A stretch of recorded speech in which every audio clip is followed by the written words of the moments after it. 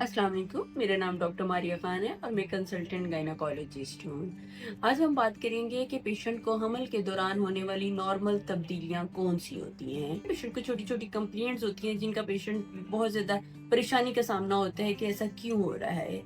जैसे ही पेशेंट को प्रेगनेंसी होती है तो फर्स्ट साइन उसका यही होता है कि पेशेंट को पीरियड्स मिस हो जाते हैं। इसके अलावा पेशेंट बहुत ज़्यादा लिथार्जी फील करती है, थकावट महसूस करती है, कमज़ोरी महसूस करती है और नौजिया वाली पेशेंट को फीलिंग होना शुरू हो जाती है।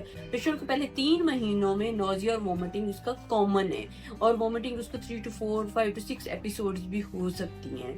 अगर इससे ज़्यादा होती हैं और पेशेंट बहुत ज़्यादा अनकंफर्टेबल है तो पेशेंट को फ़ौरन अपने डॉक्टर के पास रजू करना चाहिए, क्योंकि देखिए इससे ज़्यादा वोमिटिंग की वजह से पेशेंट को वेट लॉस हो सकता है। इसके अलावा पेशेंट को डिहाइड्रेशन हो सकती है। इसके अलावा पेशेंट को के कीटोन्स पॉजिटिव हो सकते हैं। इसके अलावा जो है पेशेंट को प्रेगनेंसी में जो नॉर्मल जो कंप्लेंट्स होती हैं कि पेशेंट को कॉन्स्टिपेशन हो जाती है।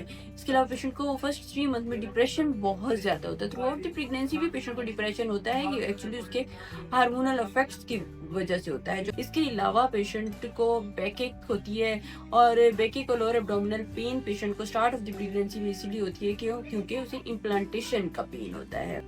पहले 3 महीने जैसे ही खत्म होते हैं, चौथा महीना शुरू होता है तो पेशेंट की कुछ पेशेंट्स की वोमिटिंग जो होती है वो इम्प्रूव हो जाती है, वोमिटिंग खत्म होना शुरू हो जाती है।